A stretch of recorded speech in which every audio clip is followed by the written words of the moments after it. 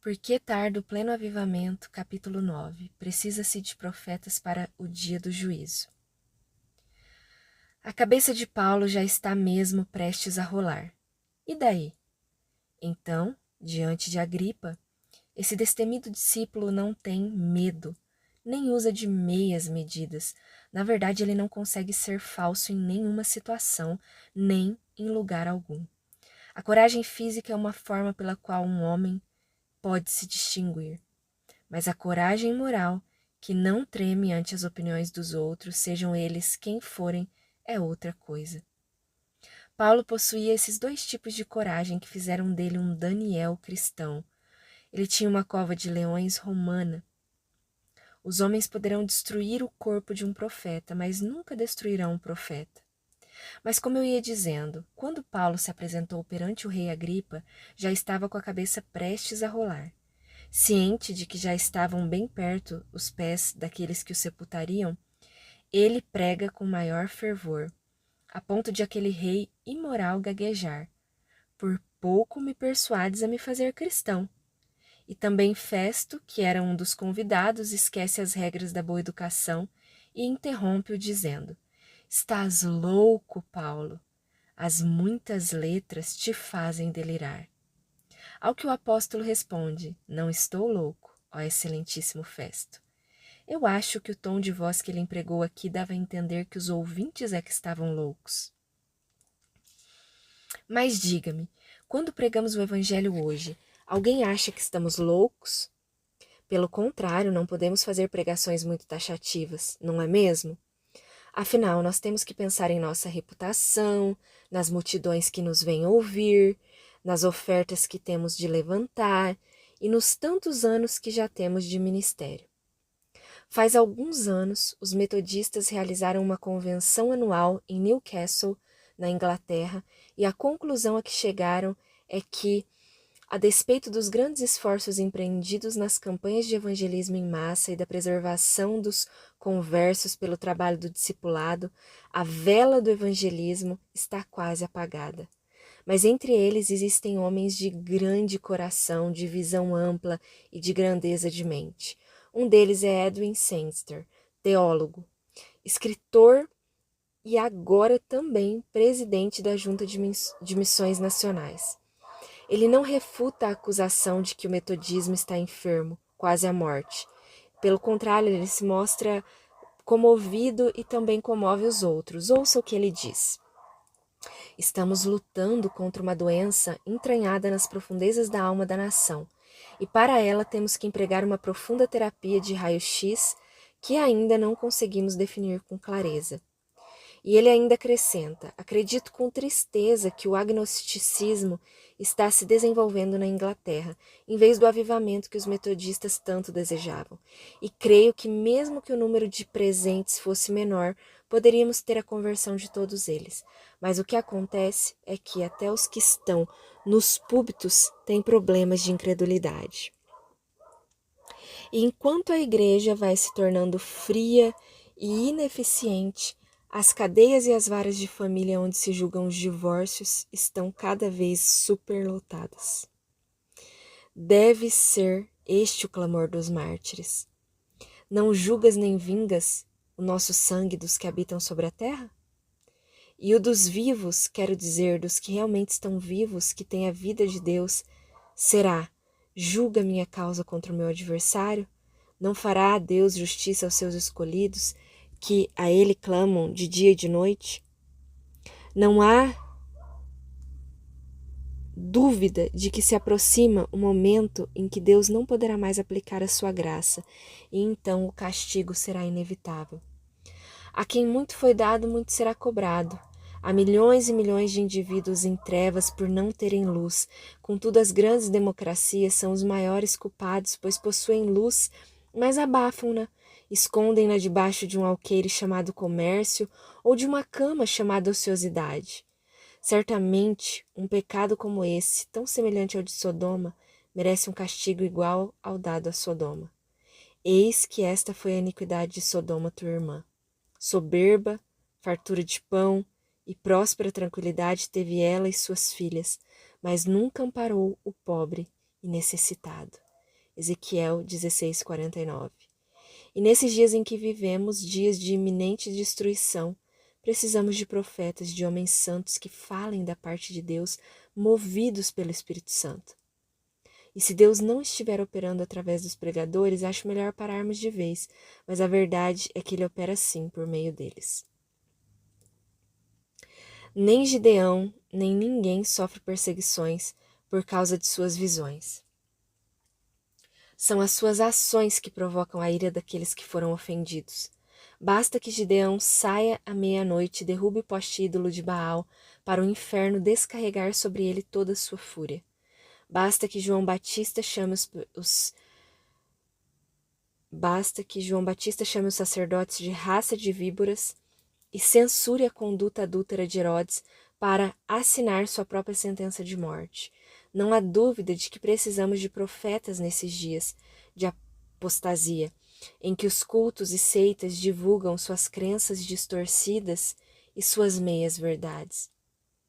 Será que a Terra ainda vai ter de suportar por muito tempo esse sistema bem organizado, mas paralisado, que se chama cristianismo? Estará Sensor com a razão quando ele afirma que ainda não encontramos o remédio para a grave enfermidade que assola a nação? Talvez seja mais correto dizer que estamos desprezando o velho método de proclamar o arrependimento, regeneração e santificação, mas bem no fundo de meu coração guardo comigo um consolo que quero partilhá-lo com os leitores agora. Quando vier aquele avivamento enviado por Deus, direto dos céus, em poucas semanas desfará os males que o pernicioso modernismo levou anos elaborando.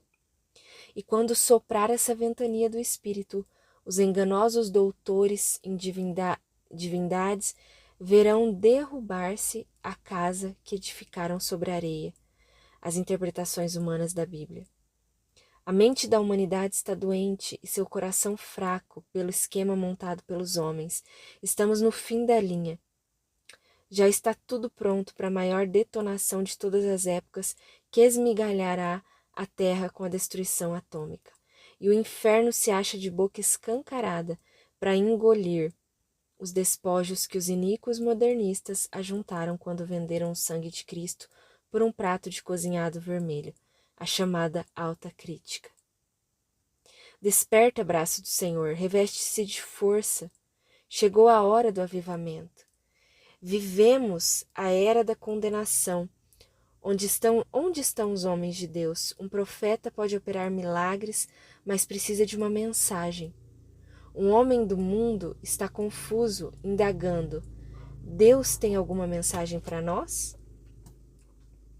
É que ele sabe que ninguém mais tem uma mensagem coerente.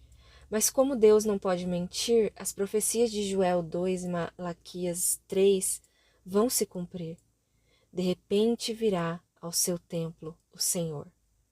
Que maravilhoso consolo para nós, no momento a sequidão, no seguinte a libertação. 10 minutos antes de João Batista chegar, ninguém sabia que ele estava por ali. E o que aconteceu naquela época irá acontecer também no futuro, eu tenho certeza. Deus terá o controle total dos ouvidos, coração e vontade de um homem. E alguns que no momento estão passando despercebidos surgirão, proclamando no poder do Espírito as verdades candescentes que esta geração precisa escutar. Suas palavras serão ardentes como metal líquido, e Deus espera com grande paciência. Mas quando ele se erguer, quem pode suportar o dia da sua vinda? E quando o Espírito operar, pessoas que agora estão entregues ao pecado irão quebrantar-se e se arrepender. O Kremlin estremecerá quando souber da operação sobrenatural de Deus que está ocorrendo na China. Que Deus suscite logo um avivamento na China, Rússia, Alemanha e outras nações que estão sendo queimadas com o fogo do comunismo. Primeiro porque esses povos precisam de mais dele, depois para que as nações livres se sintam enciumadas, como Jonas quando viu a população de Nínive se arrependendo. Para que o faraó capitulasse, foram necessárias 10 pragas. Depois disso, os israelitas foram conduzidos à vitória por Moisés. o profeta. Hoje nós estamos vendo outras 10 pragas, mais sinistras, eficazes e poderosas do que aquelas, pois afetam o mundo todo e não se acham confinadas apenas ao Egito. E, no entanto, essas 10 pragas não lograrão tocar o coração do homem moderno, mas tornarão ainda mais ímpio. Será que não haverá aí um Moisés contemporâneo nosso? Vamos permitir que essa geração pereça escravizada a um cativeiro moral e continuar aqui sentados de braços cruzados sem fazer nada? Será que vamos continuar sendo apenas espectadores que contemplam tudo como que hipnotizados enquanto Lúcifer, que já está com milhões de almas acorrentadas em sua carruagem infernal, vai levando muitas outras pelo caminho largo para as trevas eternas? Precisamos redescobrir o segredo daqueles homens benditos que fala a palavra de Deus, os quais, por meio da fé, subjugaram reinos, fecharam bocas de leões, daquele leão que anda ao derredor procurando alguém para devorar. Numa época como a nossa de destruição iminente, esse cristianismo sem vida, fraco, imobilizado, está precisando de homens cheios de Deus, de profetas movidos por Ele. Precisa-se dos profetas de Deus. Citações. A necessidade mais premente de nossos dias é de um batismo de santidade, uma demonstração de um viver santo. Duncan Campbell. Ele veio trazer fogo à terra, e ele já arde em alguns corações. Mas, se todos pudessem incendiar-se e todos partilhar da mesma bênção. No batismo da pomba celeste, seja meu coração um altar e teu amor a chama. George Crowley.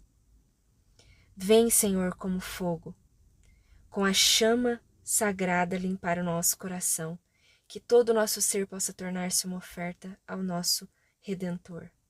Andrew Reed. Sem muita oração e lágrimas não há avivamento. Fine.